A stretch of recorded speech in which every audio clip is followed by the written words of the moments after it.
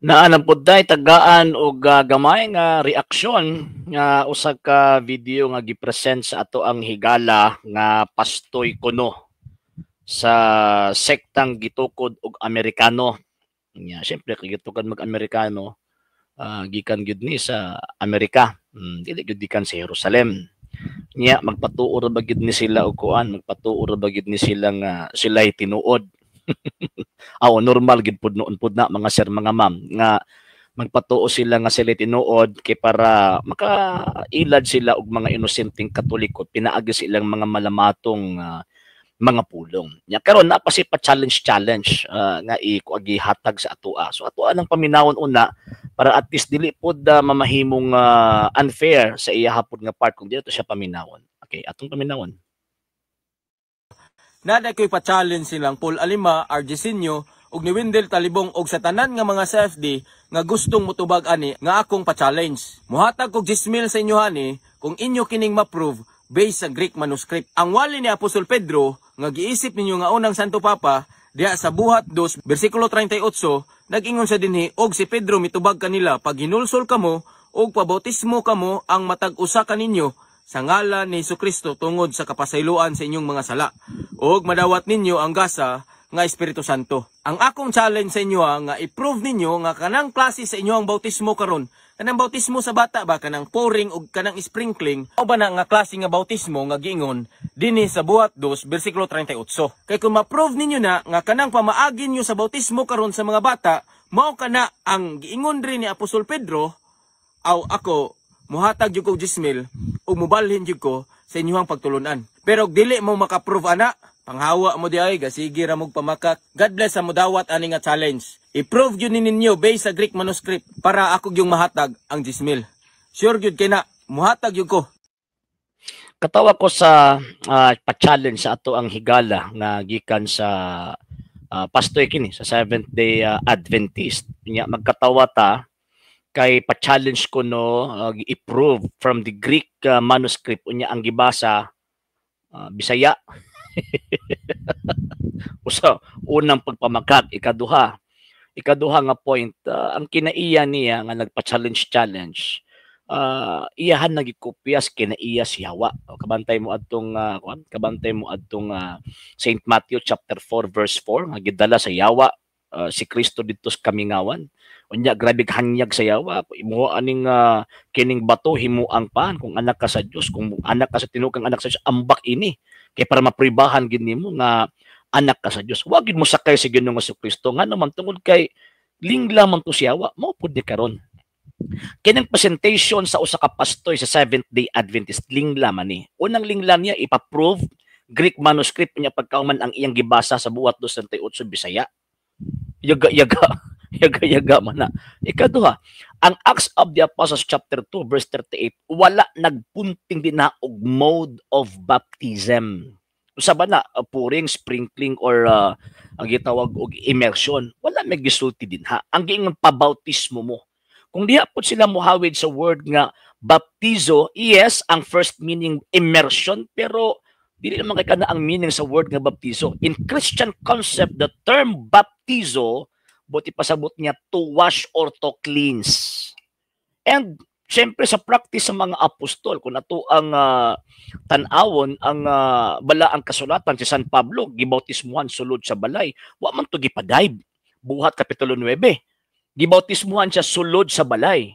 Unya according ni Saint Paul mismo, gibautismuhan Hebrews chapter 10 verse 22, gibisbisan siya, gibubuan siya limpyong tubig. So, buti pasabot, ang meaning sa word nga baptizo, wala lang ungot sa word nga immersion. Muna kay, sa mo ang mga Katoliko, kay mabunyag magbata, mabautismo man og tawag anang bata, dili pwede nga ipaadto nimo og tawag inlalo, malumos ng bata og mauhon. Di ba? Muna sa dedake, after sa mga apostol, sa first century, ang pinakatapusang apostol nga namatay, si Saint John the evangelist. So after on that, so kato ng mga apostolic fathers, nasa nagisulat based sa practice o discipline nila sa pag-administer sa sacrament of baptism. O ang gisulti sa dedake, chapter 8 and chapter 13 kung wala ko tawag ining masayop nga kung magbautismo sila mukuha sila og tawag ining moadto sa tubig nga daghan. Pagkahuman kung walay tubig nga daghan, moadto sila sa tawag ining mukuha sila og tubig nga warm.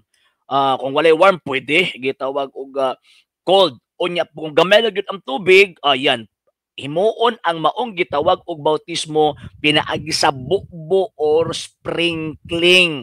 Subay sa pagsulti uban sa pagsulti nga bunyagan ko ikaw sa ngalan sa Amahan, Anak ug Espiritu Santo. So mauna ang teaching sa mga apostol. Ay noon di man pud na sila kasabot kay ning buto lang man ang Seventh-day Adventist 1863.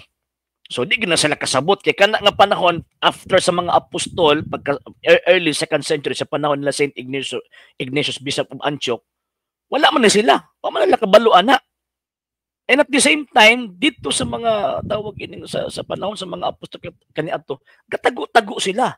Dili sila pwede kabunyag publicly sa circumstances kung tan-aw na tong circumstansya sa 1st century after sa tawag ining pag-declare sa local persecution.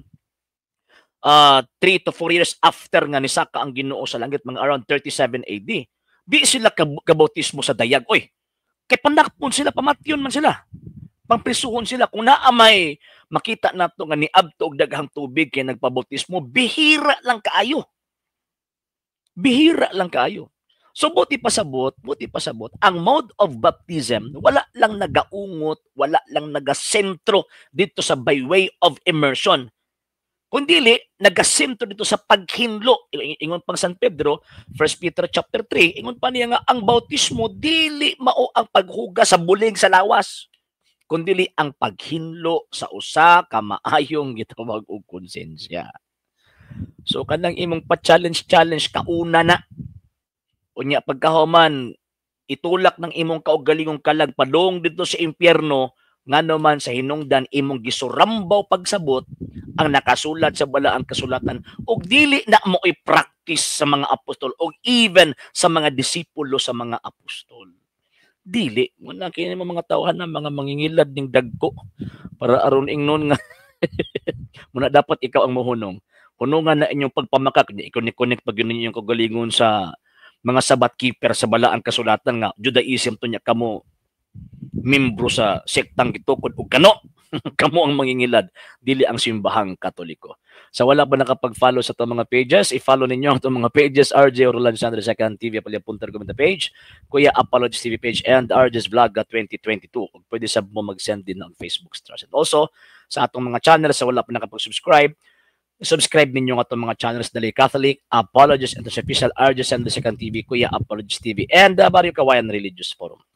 Pag pwede sa mga mag-send din ng super sticker, super chats, and super thanks. And ayun, sa gustong mutabang sa atong program, pwede niyo ipadala yung tabang suporta, pwede gusto mga account numbers, manakaw din sa mga skills kung nagadagan ng information, o pwede sa mo mag-message sa atong page kung via remittance sa inyong pagpadala. Daghan kaayong salamat.